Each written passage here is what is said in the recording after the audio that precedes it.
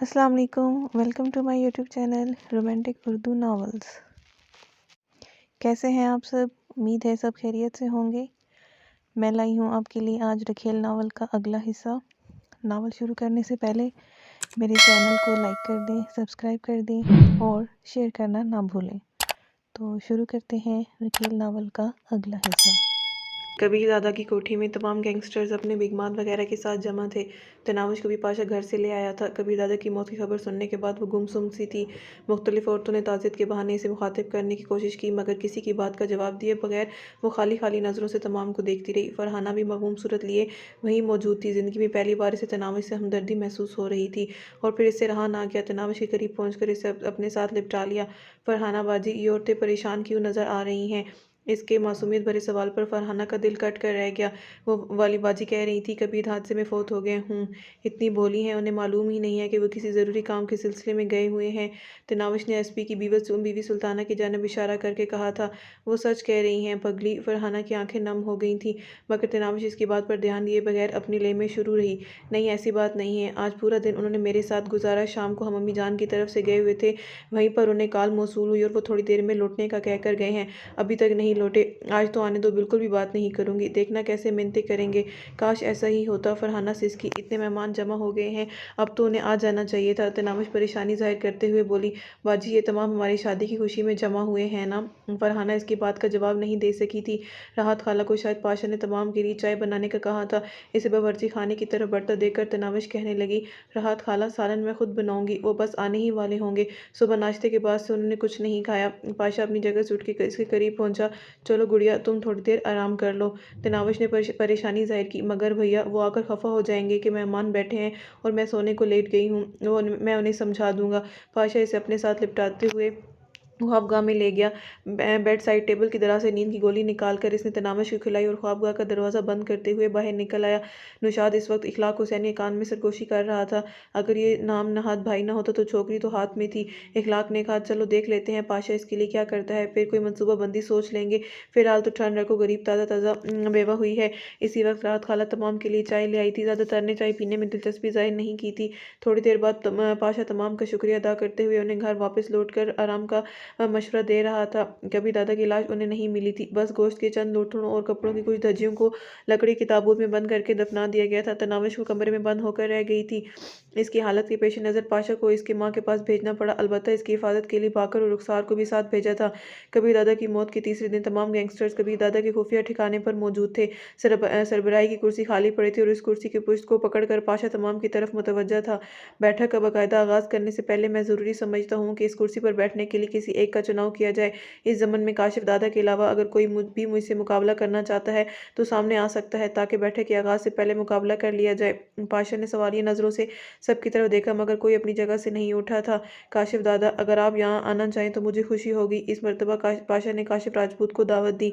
काशिफ राजपूत ने के होंठों पर फीकी मुस्कुराहट नमूदार हुई। शुक्रिया पाशा, मगर मैं अपनी जगह पर ठीक हूँ। आपसे पहले कबीर दादा ने भी मुझ पर यही दावत दी थी और मैंने इसे भी इनकार कर दिया था। क्या आप मुझे बैठने की इजाज़त देंगे? बैठने से पहले पाशा ने एक मरतबा फिर काशिफ दादा से इजाज़त तलब की। काशिफ ने कहा, तुम मेरी इजाज़त के बगैर भी बैठ सकते थे। बहरहाल इज़्ज़त अफजाई का शुक्रिया, प्लीज़ तशरीफ़ रखें। पाशा सरबराही की कुर्सी पर नशिस्त संभालता हुआ बोला, एक छोटा सा वाक़या याद आ गया। शायद आप लोगों ने पहले भी सुना होगा कि एक शख्स अपने बूढ़े बाप से जान छुड़ाने के लिए इसे गले में रस्सी का फंदा डालकर पहाड़ पर ले गया, और जब वो बापू नीचे फेंकने लगा तो उस साथ मौजूद बेटे ने कहा, अबू जान रस्सी दादा के साथ नीचे ना फेंक देना। बाप ने पूछा, क्यों बेटा? तो कहा, जब आप बूढ़े हो जाएंगे तो फिर मैं बगैर रस्सी के आपको यहाँ तक कैसे घसीट कर लाऊंगा। पता नहीं इस वक्त ये वाक़या मेरे दिमाग में क्यों दर आया। खैर, मैं कहने लगा था कि कबीर दादा का कातिल या वो लोग जो उसके कत्ल की साजिश में शरीक थे, मैं उन्हें कभी माफ़ नहीं करूँगा। बाकी चंद दिन पहले कबीर दादा ने इस कुर्सी पर बैठकर कुछ बातें की थी और वो सबको याद होंगी, इसलिए मैं दोहराने की ज़रूरत महसूस नहीं करता। बस वो अहकामात इसी तरह जारी रहेंगे। और सबसे आखिर में ये कहना चाहूँगा कि कबीर दादा की बीवी को मैं छोटी बहन नहीं समझता, बल्कि वो हकीकत ही में मेरी छोटी बहन है। अगर इसके खिलाफ किसी के गंदे दिमाग में कोई गलीज़ ख्याल रहेगा, यकीन मानो इसका अंजाम बहुत भयानक होगा। मैं सिर्फ मुतलका शख्स को नहीं, इसके पूरे ख़ानदान को सफ़े हस्ती से मिटा दूंगा, माँ दूध पीते बच्चों के। ये मेरा आखिरी और वाज़ेह पैगाम है, और यकीनन अक्लमंद के लिए इशारा काफ़ी होता है। मेरी बातों से इख्तलाफ रखने वाला अपनी राय पेश कर सकता है। किसी ने भी ज़बान खोलने की कोशिश नहीं की थी। 2-3 लम्हे इंतज़ार के बाद पाशा ने कहा, तो बैठक खत्म हुई। सारे एक एक करके वहां से रुखसत होने लगे। सिर्फ काशिफ राजपूत वहीं बैठा रहा। तमाम के बाहर जाते ही वो पाशा को मुखातिब हुआ। पाशा, तुमने अच्छा नहीं किया। सही कह रहे हो दादा, कबीर दादा को विदा करना इतना भी आसान नहीं था, लेकिन क्या करता, मैं मजबूर हो गया था। मेरे पास चुनाव का इख्तियार ही नहीं रहा था। काशिफ ने तशवीश भरे लहजे में कहा, जानते हो अब तुम कितने कमज़ोर हो गए हो। आपकी मौजूदगी के सहारे ने मुझे हौसला दिया, वरना मैं इतनी हिम्मत ना कर पाता। काशिफ राजपूत चंद लम्हे से घूरता रहा और फिर अपनी जगह से उठते हुए बोला, होशियार रहना, कुछ लोगों को तुम बहुत ज़्यादा खटक रहे हो। ये कहते ही वो चल पड़ा। इसने पाशा का जवाब सुनने की ज़रूरत महसूस नहीं की थी। वो दोनों बैठक के इख्तिताम पर इखलाक हुसैन के ठिकाने पर पहुंचे थे। यार, मुझे तो पाशा के तेवर ठीक नहीं लग रहे थे। बैठते साथ इखलाक हुसैन ने तशवीश भरे लहजे में कहा। नौशाद अफरीदी तपता हुआ बोला, भाड़ में गए तेवर, मुझे तो इस फुलझड़ी का दुख खाई जा रहा है। कबीर दादा जैसे शाम को मार कर भी वो खजाना मुझे पहले जितना ही दूर दिखाई दे रहा है। इखलाक हुसैन ने इसे तसल्ली देते हुए बोला, हम इंतजार करना पड़ेगा, फिलहाल वो जज्बाती हो रहा है। ताज़ा ताज़ा अपने उस्ताद को मौत की घात उतारा है हरामी ने। इस संभलने में थोड़ा बहुत वक्त तो लगेगा। आहिस्ता आहिस्ता भूल जाएगा सासे को भी और अपनी मुंह भोली बहन को भी, तब कुछ करेंगे। नौशाद ने हसरत भरे लहजे में कहा, कसम से मेरा तो दिल कर रहा है इससे शादी कर लूँ। बकवास ना करो, मैं भी इस हसीना का उम्मीदवार हूँ। इखलाक हुसैन ने डांटे बिना नहीं रह पाया था।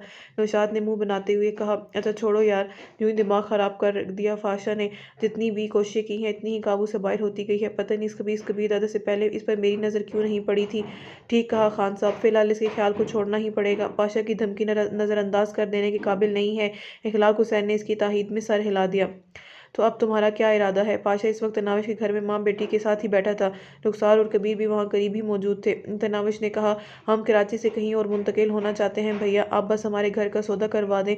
वो किसी दूर शहर में सर छुपाने का कोई ठिकाना ढूंढ दें। हैरत अंगेज तौर पर इसने खुद को संभाल लिया था। वह तो तसल्ली देता हुआ बोला, चंद लाख के घर की फिक्र क्यों करती हो, तुम्हें कबीर दादा के तरके में छोड़ो 1 करोड़ रुपए में मिलेंगे। एक पाई भी नहीं लूंगी भैया, बल्कि कबीर ने जो कुछ मेरे लिए खरीदा था वो भी यहीं छोड़ जाऊंगी, सिवाय चांदी के इस छल्ले के। इसने उंगली में पहने हुए छल्ले को होंठों से लगा लिया। मगर क्यों। पाशा हैरान रह गया।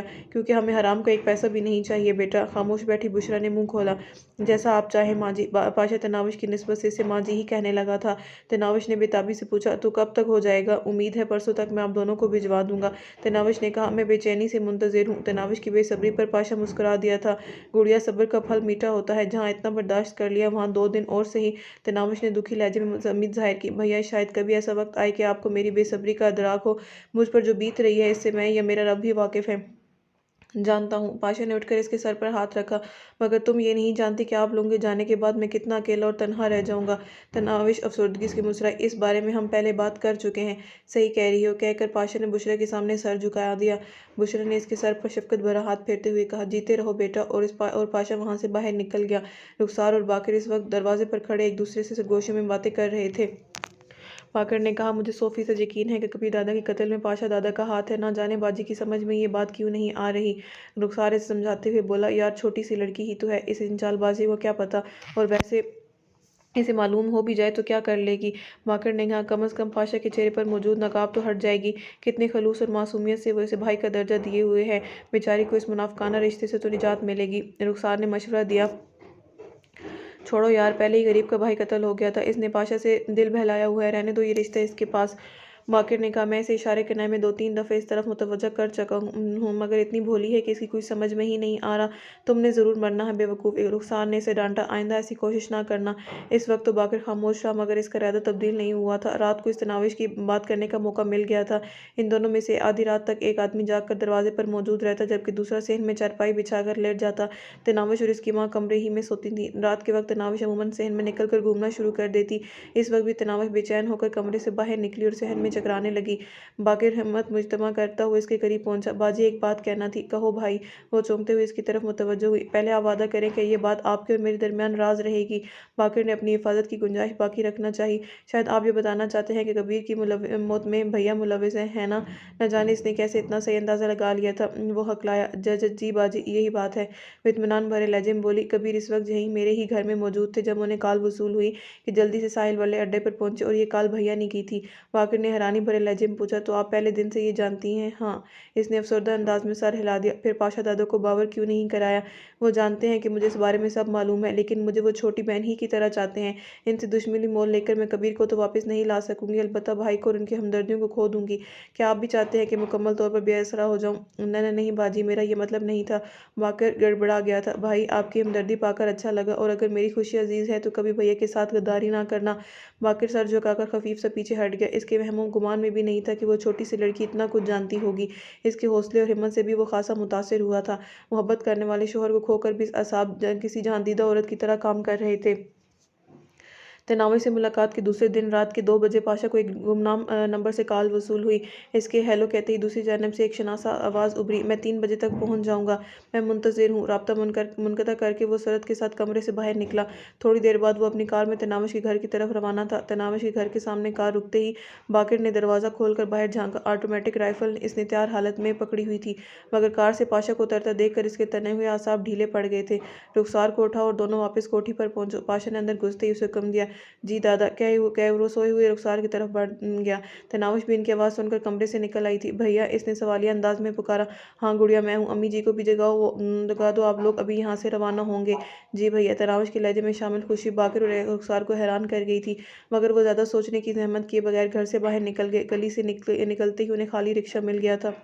इन दोनों के गायब होते ही पाशा माँ बेटी को हाथ बटाने के लिए कमरे में दाखिल हुआ, मगर वो पहले से सारा सामान समेट चुकी थी। यकीनन ये काम वो शाम ही सर अंजाम दे चुकी थी। कितनी देर है भैया? तनावश ने बेसब्री से पूछा। 3 बजे तक तुम्हें लेने गाड़ी पहुंच जाएगी। तनावश ने हाथ में पकड़े मोबाइल की स्क्रीन रोशन करते हुए वक्त देखा। 3 बजने में चंद मिनट ही रहते थे, और फिर इसकी समातों ने गली में गाड़ी की रुकने की आवाज़ सुनी। वो बेसब्री से दरवाजे की तरफ भागी। पाशा और बुशरा इसकी हालत देखकर हंस पड़े थे। दरवाजे पर पहुंचकर वो रुकी। इस वक्त दरवाजे को धकेलता हुआ शलवार कमीज में मुलविस एक लंबा तड़ंगा शख्स अंदर दाखिल हुआ। तनावश इसकी तरफ यूं बढ़ी जैसे लोहा मकनातीस की तरफ हरकत करता है। अगले ही लम्हे वो इसकी बाहों में थी।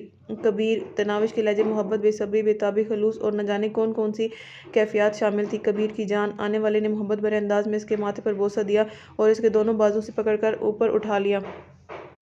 वो फूल की तरह हल्की फुल्की थी। इससे सर से बुलंद करके वो हंसा। मुझे याद किया था?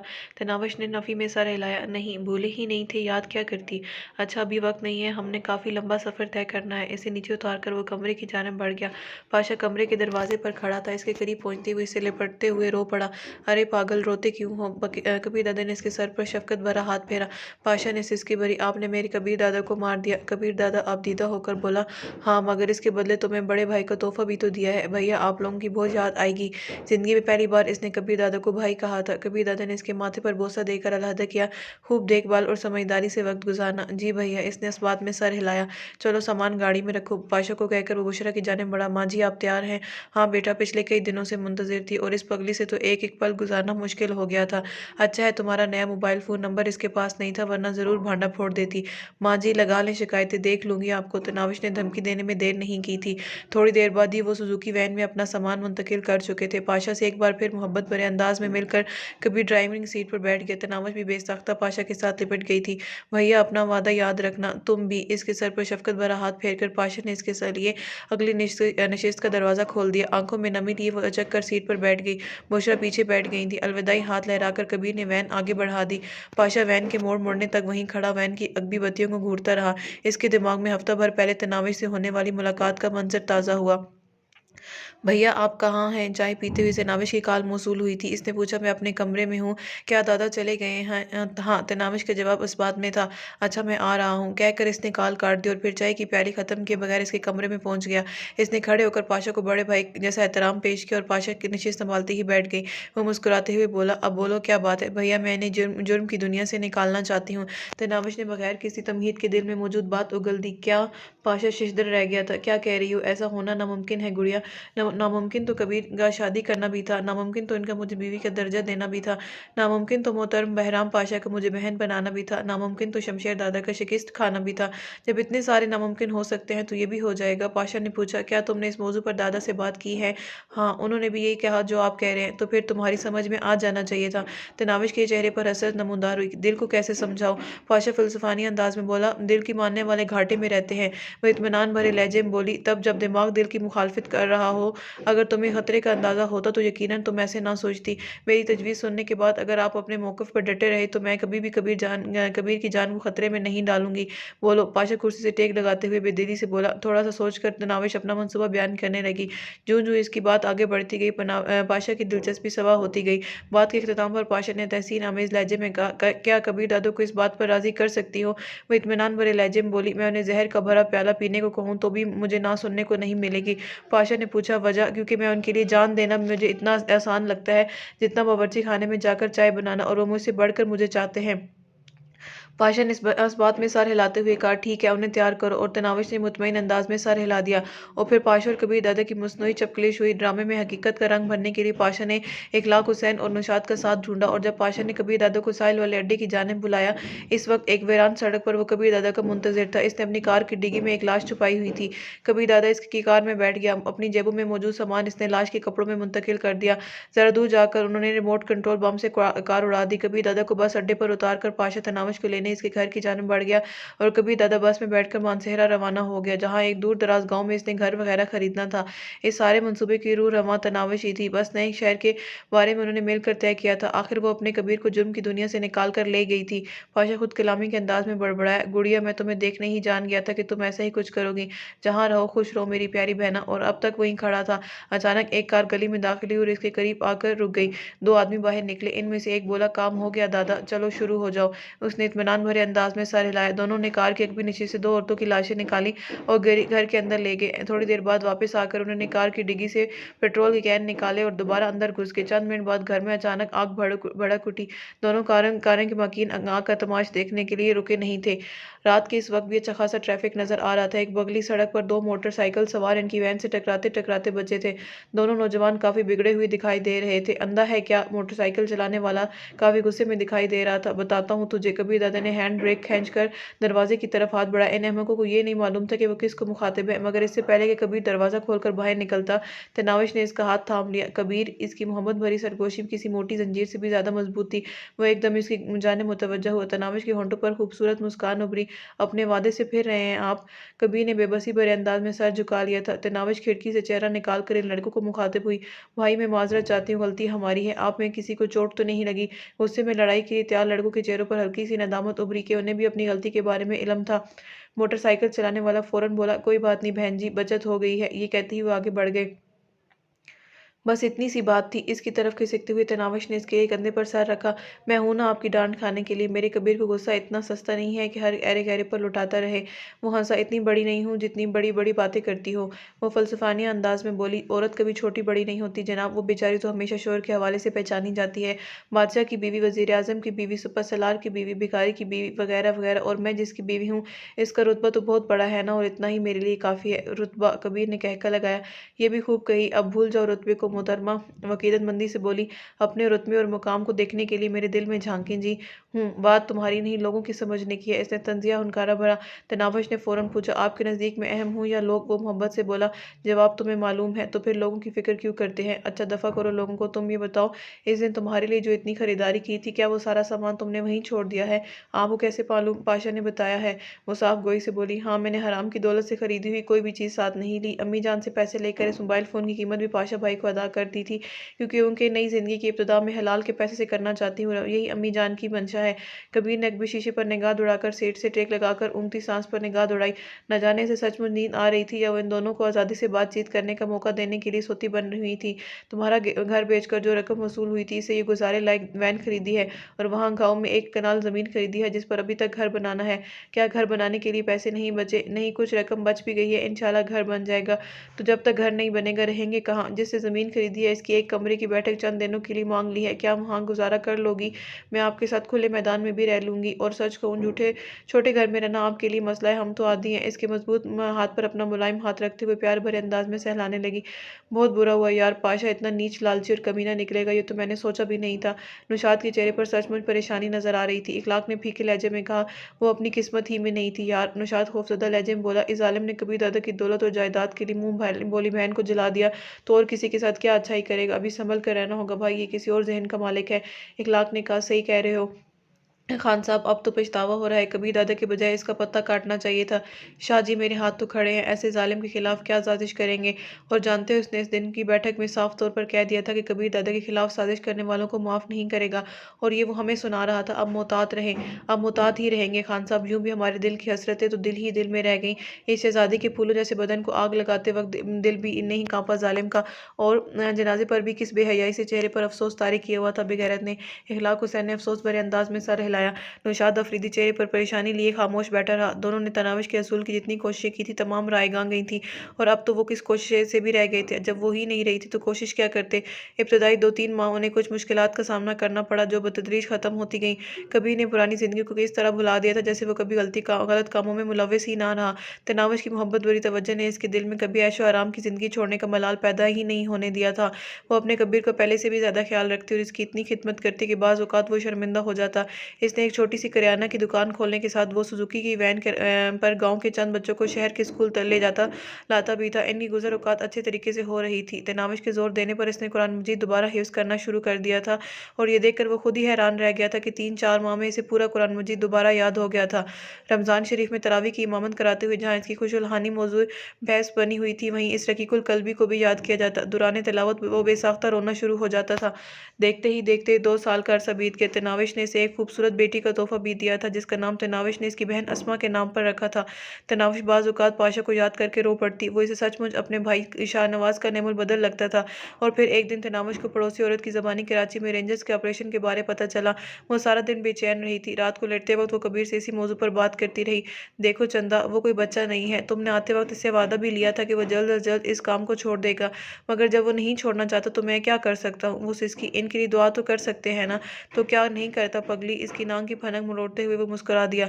इसके बाद वो दिन को रोजाना खबरें सुनने पड़ोसियों के घर चली जाती। एक दिन इसने अपने कानों से बहराम पाशा नामी गैंगस्टर की गिरफ्तारी की खबर सुनी। इस दिन वो बहुत रोई थी। दुआ के लिए हाथ उठाकर रब के सामने गिड़गिड़ाते हुए जाने कितनी देर वो मनाजात में मसरूफ रही। अपने भाई की खैरियत और इसके राय रास्त पर लौटने की दुआएं मांगती रही, मगर शायद इसकी दुआओं में असर खत्म हो गया था या वो पहले ही जरूरत से ज्यादा ले बैठी थी कि पाशा की गिरफ्तारी के ठीक 1 हफ्ते बाद इसकी फांसी हो जाने की खबर सुन रही थी। रेंजर्स के हुकाम ने बड़ी सूरत और तेजी से गैंगस्टर के खिलाफ कार्रवाइयां की थी। चंद दिनों में बहराम पाशा की फांसी की खबर हो पुरानी हो गई थी, मगर तनाविश के सीने में लगने वाले ये जख्म इतनी जल्दी नहीं भर सकता था। पाशा की फांसी को 2 माह होने को तो एक दिन वो घर के काम खत्म करके अस्मा के साथ इटकेलियां कर रही थी कि दरवाजे पर दस्तक हुई। बुशरा ने कहा, ठहरो मैं देखती हूँ। नहीं माँ जी, आप इसे पकड़े, मैं देख लेती हूँ। अस्मा माँ के हवाले करते हुए उन दरवाजे की तरफ बढ़ गई। कौन? दरवाजे करीब पहुंचकर इसने आवाज़ दी। निस्वानी आवाज़ ने पूछा, ये कबीर साहब का घर है? जी हाँ। इसने दरवाज़ा खोल दिया। यूँ तो कबीर को तमाम गाँव वाले हाफिज साहब ही कहकर बुलाते थे। वो औरत यकीनन मुकामी नहीं थी, वरना इस अंदाज में मुखातिब ना करती। दरवाजे पर काला नकाब ओढ़े एक जवान लड़की खड़ी थी। अंदर आ जाए बहन। इसने एक तरफ होकर इसे रास्ता दिया, मगर इसके पीछे राहत खाला को देखते ही वो चीख पड़ी थी। राहत खाला, वो बुरी तरह से लिपटी थी। चल हट बेवफा। राहत खाला इसका माथा चूमते हुए बोली। पिछले 2 साल से खाला अपनी बेटी की मौत का शोक मना रही है। अब आकर पता चला कि ऐसी कोई बात ही नहीं हुई। अच्छा आए बैठे दो सही। नदामत भरी हंसी से वो इसे खींचने लगी। हमारे साथ मेरा शोहर भी है। जवान लड़की से मुखातिब हुई। न जाने क्यों तनावश को वो देखी भाली हुई लग रही थी। अंदर बुला लो बहन। वो सर पर दुपट्टा दुरुस्त करने लगी। आ जाएं जी, लड़की ने आवाज़ दी। इस वक्त चेहरे पर मफलर लपेटे एक मर्द 2 भारी बैग उठाए हुए अंदर दाखिल हुआ। इसके मफलर लपेटे चेहरे पर नजर पड़ते ही तनाविश के दिल की धड़कन तेज हो गई थी। इसकी आंखों ने इसे किसी अपने की याद दिला दी थी। इसकी नजरें अजनबी मर्द के चेहरे पर चिपक कर रह गई। वो भी एकटक इसे देख रहा था। और फिर इसने तनाविश का ज्यादा इम्तिहान नहीं लिया था। अपने चेहरे पर लिपटा मफलर खोल दिया। भैया! तनाविश की चीख से सहन गूंज उठा था। इसे लिपटते हुए बेसाख्ता रो पड़ी। अरे पागल, रोती क्यों हो? वो इसके सर पर हाथ फेरते हुए बोला। थोड़ी देर हो गई है, मगर वादे के मुताबिक आ तो गया हूँ। हमने आपके मुतालिक बड़ी बुरी खबर सुनी थी, गुलूगीर लहजे में कहते हुए इससे अलहदा हुई। तो अच्छी खबर नहीं सुनी थी। इसने काले नकाब में मुलविस लड़की की जानिब इशारा किया। इसी वक्त लड़की ने निकाब हटाया और तनाविश रुखसाना भाभी कहते हुए इससे लिपट गई थी। वो शहाब कसूरी की बेटी थी। अच्छा मुझे सारी बात बताए ना। रुखसाना से मिलते ही वो पाशा की तरफ मुतवज्जो हुई। इस बारे बाद में बात करते हैं, पहले मैं माजी से मिल लूँ। वो बुशरा की तरफ बढ़ गया। तनाविश कबीर को बुलाने के लिए कॉल करने लगी। रात को खाना खाते हुए अपनी कहानी सुना रहा था। रेंजर्स का ऑपरेशन शुरू होते ही इसने रेंजर्स फोर्स को कमांड करने वाले कर्नल से मुलाकात की और वादा माफ गवाह बनकर तमाम तमाम गैंगस्टर्स को पकड़वाने की ऑफर कर दी।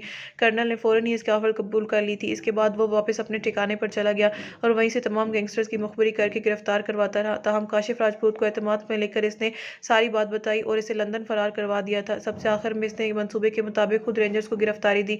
अपने तमाम धंधों के सबूत, बैंक अकाउंट्स की तफसीलात और हर चीज़ के बारे इसने रेंजर्स के कर्नल को बिला कमुकास इतलात फराम कर दी थी। सच्चाई, खलूस और ईमानदारी सरकार का साथ देने पर इसे माफ़ी मिल गई थी, लेकिन इसके बावजूद इसने अपनी फांसी लगने का ड्रामा रचाया ताकि कोई बचा हुआ दुश्मन इंतकाम वगैरह के लिए इसे ढूंढता ना रहे।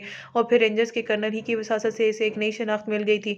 जानती हो मेरा नाम क्या है? वो तनाविश की तरफ मुतवज्जह हुआ। क्या कह सकती हूँ भैया? इसने लाइलमी के अंदाज में सर हिलाया। अच्छा, अगर तुम्हें मेरा नाम नया नाम रखने का कहा जाए तो क्या रखती? शाहनवाज। तनाविश ने बगैर सोचे दिल की बात होंठों से निकाल दी। अच्छा ये देखो, इसने जेब से शनाख्ती कार्ड निकाल कर इसकी जानिब बढ़ाया जिस पर शाहनवाज वल्द मोहम्मद रफ़ीक लिखा हुआ था। भैया, तनाविश ने जज्बाती अंदाज में उसका हाथ पकड़कर चूम लिया था। जानती हो इस शनाख्ती कार्ड का नंबर और सारी तफसीलात शाहनवाज भाई ही की हैं। आप लोगों के कराची से आते वक्त मैंने अम्मी जान से शाहनवाज भाई का शनाख्ती कार्ड मांग लिया था और अब मैं कानूनी तौर पर तुम्हारा बड़ा भाई हूँ, इसलिए ख्याल करना गलती करने सख्त पिटाई हो सकती है। कबीर ने पूछा, ओए पिटाई वाले भाई साहब, अपने ससुर की तो खबर ही नहीं बताई। शहाब कसूरी साहब को क्या हुआ? आप लोगों की कराची छोड़ने के 3 माह बाद दिल के दौरे से वो इंतकाल कर गए थे और इनकी वफात के बाद ही ये मुहतरमा मेरे गले पड़ी। पाशा ने मज़ाही अंदाज में कहते हुए माहौल में छाई उदासी दूर करने की कोशिश की। कबीर दादा साहब गोई से बोला, अच्छा मोहतरम, घर में 3 कमरे हैं। एक कमरा मेरे और तनाविश के इस्तेमाल में रहता है, एक में अम्मा जी होती हैं और अब रात खाला भी इनके साथ रह लेंगी। तीसरे कमरे में काट कबार भरा पड़ा है, वो अपने लिए साफ़ कर लेना और जल्द अज जल्द कोई मेहनत मजदूरी शुरू करो। पुरानी अय्याशियों को भूल जाओ। काम करती है मेरी जूती, अब भी करोड़पति हूँ। पाशा ने फ़ख्र से छाती चौड़ी की। कोई हराम से अब तक पीछा नहीं छुड़ा पाए। कबीर दादा ने इसे मलामती नज़रों से घूरा। तनाविश भी अफसोस भरे अंदाज में से तकने लगी थी। अल्लाह ना करे भाई, कैसी बातें कर रहे हैं? पाशा कानों को हाथ लगाता हुआ बोला, हुकूमत की तरफ से 5 करोड़ नकद इनाम मिला है भैया, पाजेब, बिंदियाँ, मोतियों का हार और बुंदे लेने हैं। तनाविश फ़ौरन इसका बाजू पकड़ते हुए लाड भरे लहजे में बोली। कबीर दादा ने कहका लगा कर कहा, हाँ इसे ले कर दो ताकि लौंग लाची वाले गाने पर रक्स का वादा पूरा कर सके। तनाविश मुंह बसूरते हुए बोली, मैं नहीं लेती। तमाम खिलखिलाकर हंस पड़े थे। पाशा इसके सर पर हाथ रखते हुए बोला, ये तमाम चीज़ें मैं पहले ही अपनी गुड़िया के लिए खरीद कर ले आया हूँ और इसके साथ बहुत सारे कपड़ों के सूट भी। सच? खुशी से तनाविश का चेहरा खिल उठा था। पाशा ने कहा, और एक नया मोबाइल फ़ोन भी खरीदा है। पता है इसमें मैंने कौन सी वीडियो भराई है? कौन सी भैया? इसने इश्तियाक से पूछा। लौंग लाची वाले गाने की वीडियो, ताकि मेरी गुड़िया को वादा पूरा करने में आसानी रहे। तमाम ने ज़ोरदार कहका लगाया और तनाविश, भैया मैं आपसे बात ही नहीं करती कहते हुए कमरे की तरफ भाग। ये था हमारा आज का वीडियो। उम्मीद है आपको